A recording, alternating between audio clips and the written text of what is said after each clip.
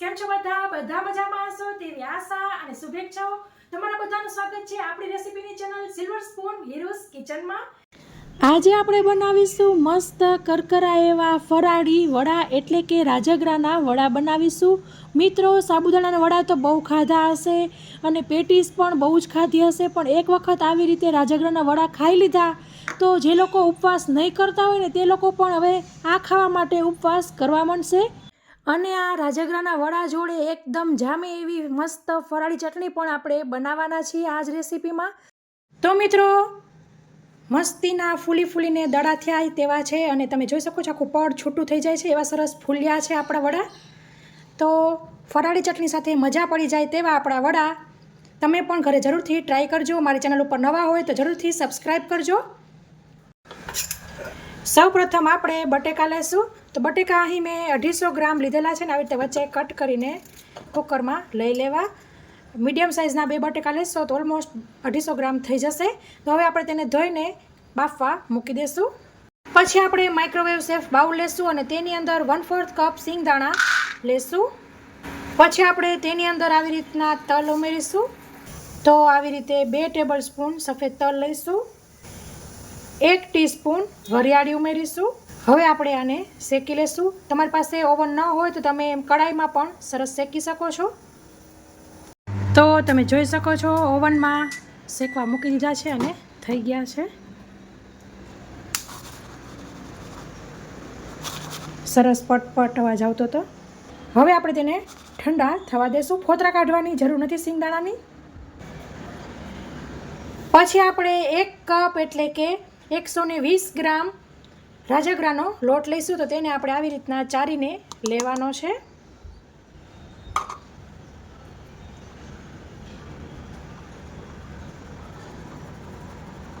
તો હવે આપણે તેમાં સ્વાદ મુજબ મીઠું, ફરાળી મીઠું ઉમેરીશું।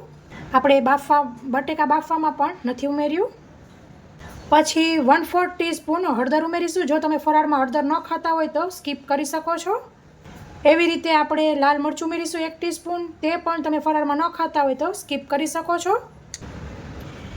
1 ટીસ્પૂન શેકેલા જીરુંનો પાવડર, 1 ટીસ્પૂન મરી પાવડર અથવા તો સ્વાદ મુજબ, 1 ટેબલ સ્પૂન આપણે ખાંડ લેશું। તમે ગોળ પણ લઈ શકો છો। નાનો ટુકડો આપણે આદુને ખમણીને લઈ લેશું। અડધી ટીસ્પૂન જેટલું આદુનું ખમણ લેવું। 1 ટીસ્પૂન લીલા તીખા મરચાંની પેસ્ટ, લવિંગિયા મરચાંની પેસ્ટ છે।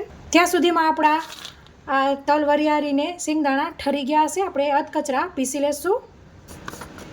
તો આપણે આવી રીતના અધકચરું પીસી લીધેલું છે, બધું એડ કરી દઈશું। પછી આપણે આવી રીતે એક મીડિયમ એવું લીંબુ લેશું।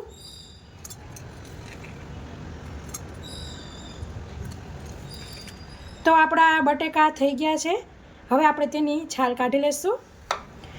તો ફ્રેન્ડ્સ, આપણે બટેકાને ફોલી લીધેલા છે અને આવી રીતના કટકા કરી લીધા છે જેથી જલ્દી ઠંડા થઈ જાય। તો તેને આપણે આવી રીતના આદુની જ ખમણીમાં ખમણી લેશું। તો ફ્રેન્ડ્સ, બધા બટેકાને સરસ છીણી લીધેલા છે।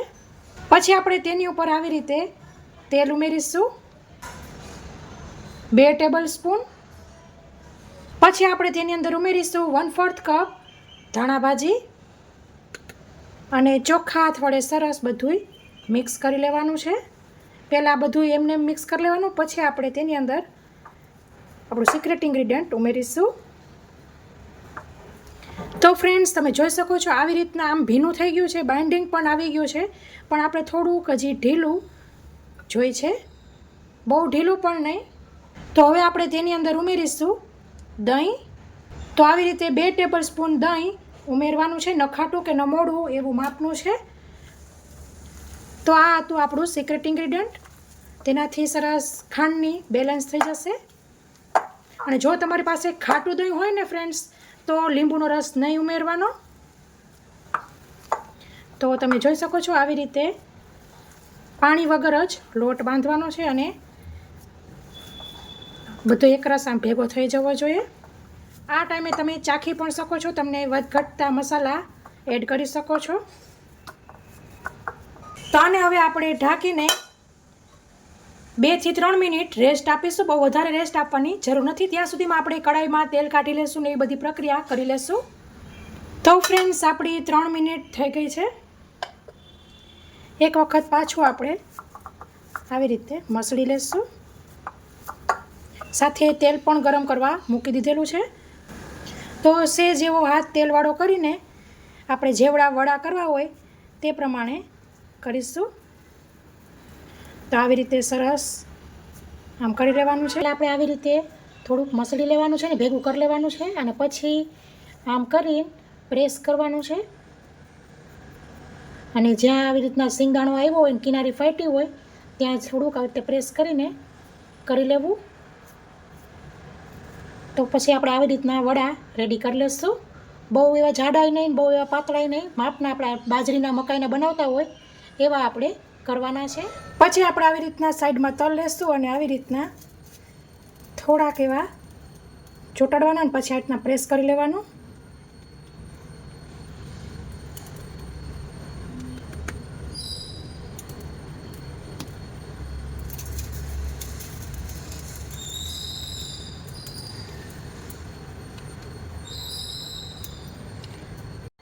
તો આપણે 1 બેચ જેટલાને તલવાળા કોટ કરી લીધા છે. સાથે આપણું તેલ પણ ગરમ થઈ ગયું છે. ફ્રાય કરી લઈશું. તેલ સરસ ગરમ થઈ ગયું છે. વડાને તેલમાં ઉમેરી દઈશું.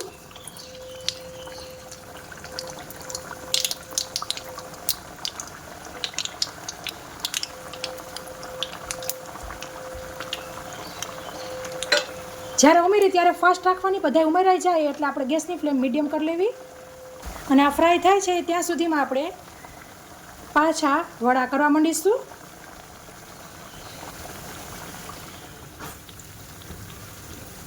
આપણે જ્યારથી ઉમેર્યા ત્યારની 3 મિનિટ જેવું થઈ ગયું છે. અને હવે પાછી આપણે થોડીક વાર માટે ગેસની ફ્લેમ ફાસ્ટ કરીશું. તમે જોઈ શકો છો સરસ ફૂલ્યા છે. પલટાવી દેશું. એકો એક વડા આપણા ફૂલ્યા છે, તમે દેખી શકો છો. અને વડામાં વજન હોય છે એટલે હરવેકથી પલટાવું. તેલ ફટ દઈને ઉડી ન શકે, તેલ તમારા ફેસ ઉપર ઉડી શકે છે. તો આપણે બધા વડા ફેરવી લીધેલા છે. તો હવે આપણે તેને કાઢી લઈશું.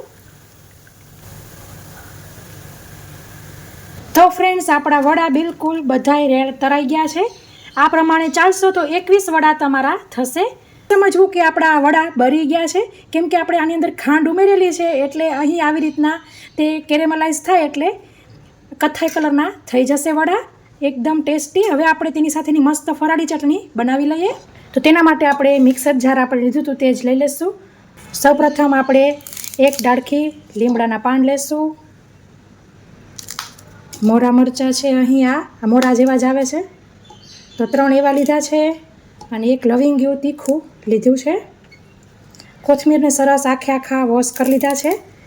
ડીટીયાનો ભાગ કટ કરીને મીન્સ દાંડલું કટ કરીને આખા દાંડિયા સહિત જ ઉમેરી દઈશું. હવે આપણે તેની અંદર ઉમેરવાના છીએ 1/2 કપ ફરાળી ચેવડો. કલર આપણો ચટણીનો સરસ પેરોટ ગ્રીન જેવો થાય તેના માટે આપણે વ્હાઇટ કલરનો લીધેલો છે. પછી આપણે તેની અંદર ઉમેરીશું આવી રીતના નાનો એવો આદુનો ટુકડો છે અને 1/4 કપ દહીં. તો દહીં અહીં અત્યારે હું ખાટું લઈ રહી છું. થોડુંક એવું આપણે સિંધાણું મીઠું ઉમેરીશું.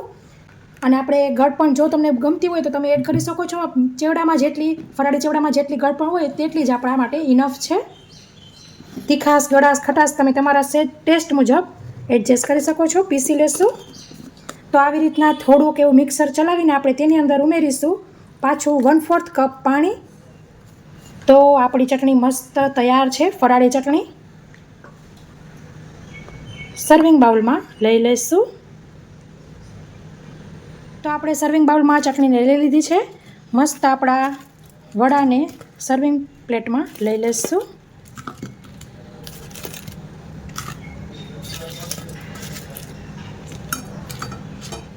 તો ફ્રેન્ડ્સ, તૈયાર છે મસ્ત આપણા એવા ફૂલીને દડા થાય એવા સરસ આપણા વડા. અને ચટણી તો એકદમ જોરદાર બને છે. બેનનું કોમ્બિનેશન એટલું સરસ છે કે જે નહીં રહ્યા હોય ને, મીન્સ જેને ફરાળ નહીં હોય ને, વ્રત ઉપવાસ નહીં હોય ને, તે પણ સરસ માંગીને ખાસે એવા આપણા સરસ વડા થયા છે. તો ફ્રેન્ડ્સ, આશા રાખું છું કે તમને મારો વિડીયો જરૂરથી પસંદ આવ્યો હશે. પસંદ આવ્યો હોય તો લાઇક કરજો, તમારા ફ્રેન્ડ ઓર ફેમિલી સર્કલ સાથે શેર કરજો, જેથી તે લોકો પણ ફરાળમાં આવા સરસ રાજગરાના વડા બનાવી શકે. સો ફ્રેન્ડ્સ, રેસીપીમાં આટલું જ. ફરી મળીશું એક નવી રેસીપી સાથે. ત્યાં સુધી આવજો. Thank you. બાય.